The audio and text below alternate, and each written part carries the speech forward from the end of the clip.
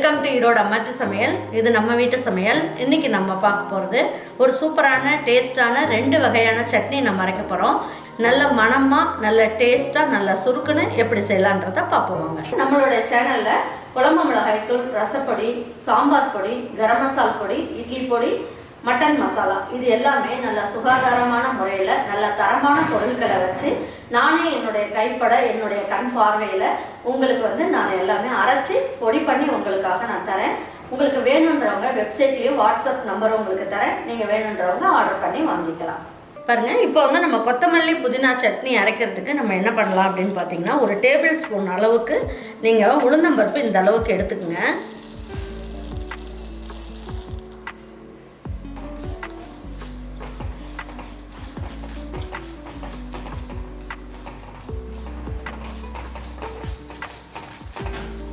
பாருங்க, இதை வறுக்கும் போதே நம்ம என்ன பண்ணலாம், ஒரு சிட்டிகை அளவுக்கு பெருங்காயம், இந்த அளவுக்கு பெருங்காயம் போட்டுக்கோங்க. நல்லாயிருக்கும், டேஸ்ட்டு நல்ல வாசனையாகவும் இருக்கும் அந்த சட்னி.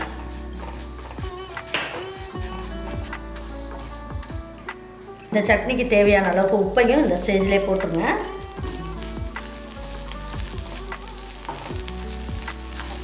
இந்த மாதிரி உப்பு எல்லாமே நல்லா ட்ரை ரோஸ்ட் பண்ணிவிட்டு செய்யறதுனால நமக்கு என்ன ஆகும், இந்த சட்னி சீக்கிரத்தில் கெட்டு போகாது. பச்சை மிளகாய் எப்பயுமே கொத்தமல்லி புதினா சட்னிக்கு போடுவோம்.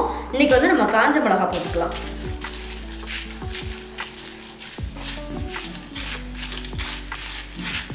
இந்த கொத்தமல்லி புதினாக்குள்ளேயே நம்ம இந்த உளுந்தம்பருப்பையும் போட்டு நம்ம வதக்கும் போது என்னாகும், நல்லா சவுக்குன்னு ஆயிரும். இது பார்த்திங்கன்னா நல்லா கிறிஸ்பியாக சூப்பராக இருக்கும். இந்த அளவுக்கு நல்லா வறுத்துக்கலாம். வறுத்துட்டு இந்த பாத்திரத்தில் எடுத்து போட்டுக்கலாம். பாருங்க, இப்போ இந்த சட்னிக்கு தேவையான அளவுக்கு எண்ணெய் ஊற்றிக்கலாம். ஏன்னா கொத்தமல்லி புதினா எல்லாமே நல்லா வதக்கணும். பாருங்கள், சின்ன பல்லு பூண்டாக இருக்கிறதுனால நான் ஒரு 10 பல்லு பூண்டு எடுத்துருக்கேன். நீங்கள் பெரிய பல்லு பூண்டாக இருந்தால் 3 பல்லு எடுத்துக்கோங்க. இதுலேயே ஒரு சின்ன புளியங்கொட்டை சைஸுக்கு புளி போட்டுக்கலாம். இதில் ஓடுகளாக இல்லாமல் பார்த்துட்டு போட்டுக்குங்க.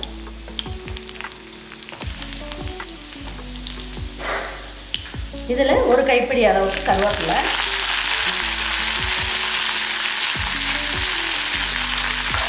இந்த அளவுக்கு கொத்தமல்லியை எடுத்து வச்சுருக்கேன் க்ளீன் பண்ணி. இந்த தண்டோடு இருந்தாலும் பரவாயில்ல, அப்படியே போட்டுக்கலாம்.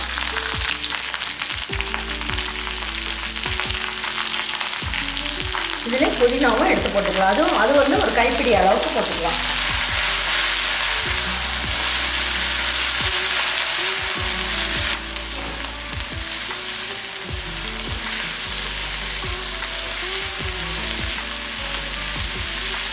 ஒரு 3 டேபிள் ஸ்பூன் அளவுக்கு தேங்காய் துருவல் எடுத்து வச்சுருக்கேன். இதையும் போட்டுக்கலாம்.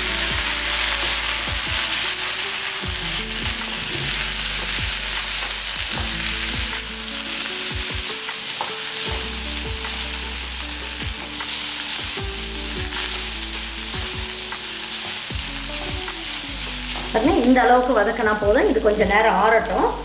பாருங்கள், இப்போ வறுத்து வச்சுருக்கிறது எல்லாமே எடுத்து நம்ம ஒரு மிக்ஸி ஜாரில் மாற்றிட்டு இதை பல்ஸில் போட்டுக்கலாம். அப்போ சீக்கிரமாக துருவிடும், நல்லா அப்படியே பொடி மாதிரி ஆயிரும். இந்த அளவுக்கு பொடி ஆயிடுச்சு. இப்போ என்ன பண்ணலாம், நம்ம வதக்கி எடுத்து வச்சுருக்கேன் புதினா கொத்தமல்லி இந்த கலவையை எடுத்து இதில் போட்டுடலாம்.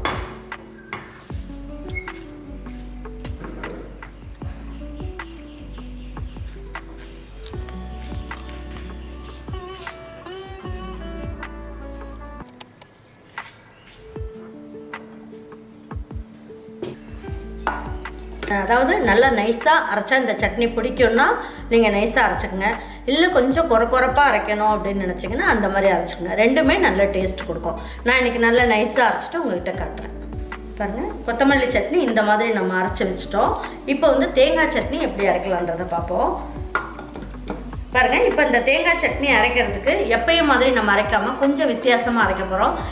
பாருங்கள், 5 காஞ்ச மிளகாய் எடுத்துக்க, நல்லா பெரிய காஞ்ச மிளகாவே எடுத்துக்கோங்க, ரொம்ப நல்லாயிருக்கும். இதில் பாருங்கள், ஒரு 4 இலை மட்டும் கருவேப்பிலை போட்டுக்கலாம். இப்போ நல்ல மணமாக இருக்கும். பாருங்கள், இதில் சின்ன வெங்காயம் நல்லா சின்னதாக இருக்குது. இதில் ஒரு 15 சின்ன வெங்காயம் எடுத்துருக்கேன், இதையும் போட்டுக்குங்க. 4 பல்லு பூண்டு சின்னதாக இருக்குது, அதனால் 4 பல்லு போட்டுக்குங்க. பெருசாக இருந்தால் 2 பூண்டு போட்டுக்குங்க. இதுலேயே நம்ம என்ன பண்ணுவோம், தேங்காயும் போட்டுடலாம். இது சின்ன தேங்காயில் அரை மூடி தேங்காய். இதுக்கு நம்ம ஒரு 25 கிராம் அளவுக்கு பொட்டுக்கடலை போட்டுக்கலாம். தேவையான அளவுக்கு உப்பு, 10 சின்ன வெங்காயம் அளவுக்கு கட் பண்ணி வச்சுருக்கேன் பொடி பொடியாக. இதை ஃபைனலாக என்ன பண்ணுறேன்றதை நான் சொல்கிறேன் பாருங்க. கொத்தமல்லியில் சும்மா 2 எதழ் மட்டும் போட்டுக்கலாம். இது வந்து நல்லா பல்ஸில் போட்டுட்டு தண்ணி ஊற்றி நல்லா நைஸாக அரைச்சி எடுத்து வச்சுக்கலாம் பாருங்க. தேங்காய் சட்னி வந்து இந்த பக்குவத்தில் அரைச்சாச்சு. தண்ணி இதுக்கு மேலே நீங்கள் வந்து சேர்க்க வேண்டாம்.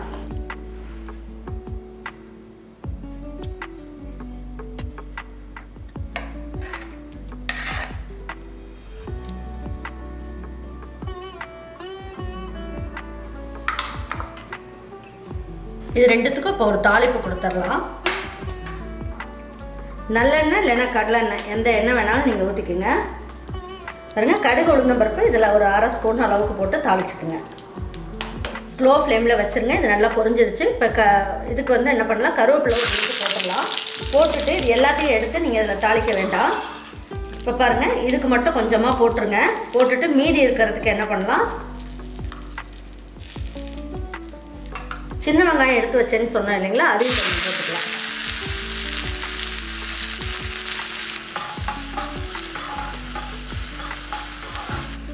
அதாவது நம்ம சட்னிக்கு தேவையான அளவுக்கு உப்பு போட்டுட்டோம். இப்போ இந்த வெங்காயத்துக்கு தகுந்த அளவுக்கு மட்டும் கொஞ்சமாக உப்பு இதில் சேர்த்துக்கலாம்.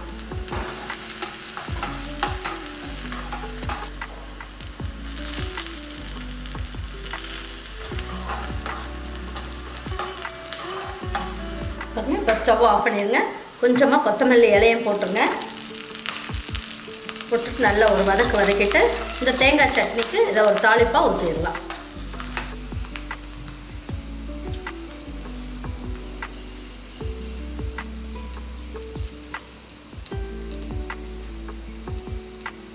பாருங்கள், இது வந்து நம்ம ரெடிமேட் இட்லி மாவில் தான் நான் இந்த இட்லி வந்து நான் செஞ்சுருக்கேன். இது பார்த்திங்கன்னா நல்லா சாஃப்டாக சூப்பராக இப்போ ஆட்டின இட்லி மாவு மாதிரியே நம்ம சாதாரணமாக ஆட்டினோம்னா எப்படி வருமோ அதே மாதிரி தான் வந்திருக்கு பாருங்கள். நல்லா மெத்துன்னு நல்லா வந்திருக்கு. இதுக்கு வந்து நம்ம மாவெல்லாம் அரைக்கணும்னு அவசியம் கிடையாது.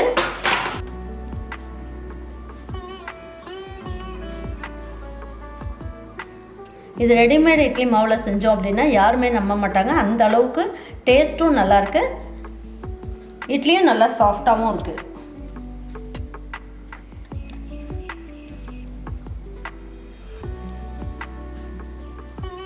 பாருங்க, பஞ்சு மாதிரி ரொம்ப அருமையாக வந்திருக்கு பாருங்க. சூப்பராக சட்னி வந்து நல்ல ஜம்முன்னு சூப்பராக இருக்குது. கண்டிப்பாக உங்கள் வீட்டில் இருக்க பிள்ளைங்களுக்கெல்லாம் நல்லா பிடிக்கும்னு நான் நினைக்கிறேன். உங்கள் வீட்டில் இருக்க பிள்ளைங்களுக்கெல்லாம் பிடிச்சிருந்தது அப்படின்னா லைக் பண்ணுங்கள், ஷேர் பண்ணுங்கள், சப்ஸ்கிரைப் பண்ணுங்கள், மறந்துடாமல் கமெண்ட்ஸ் பண்ணுங்கள். தேங்க்யூ ஃபார் வாட்சிங் ஈரோடு அம்மாச்சி சமையல். தேங்க்யூ.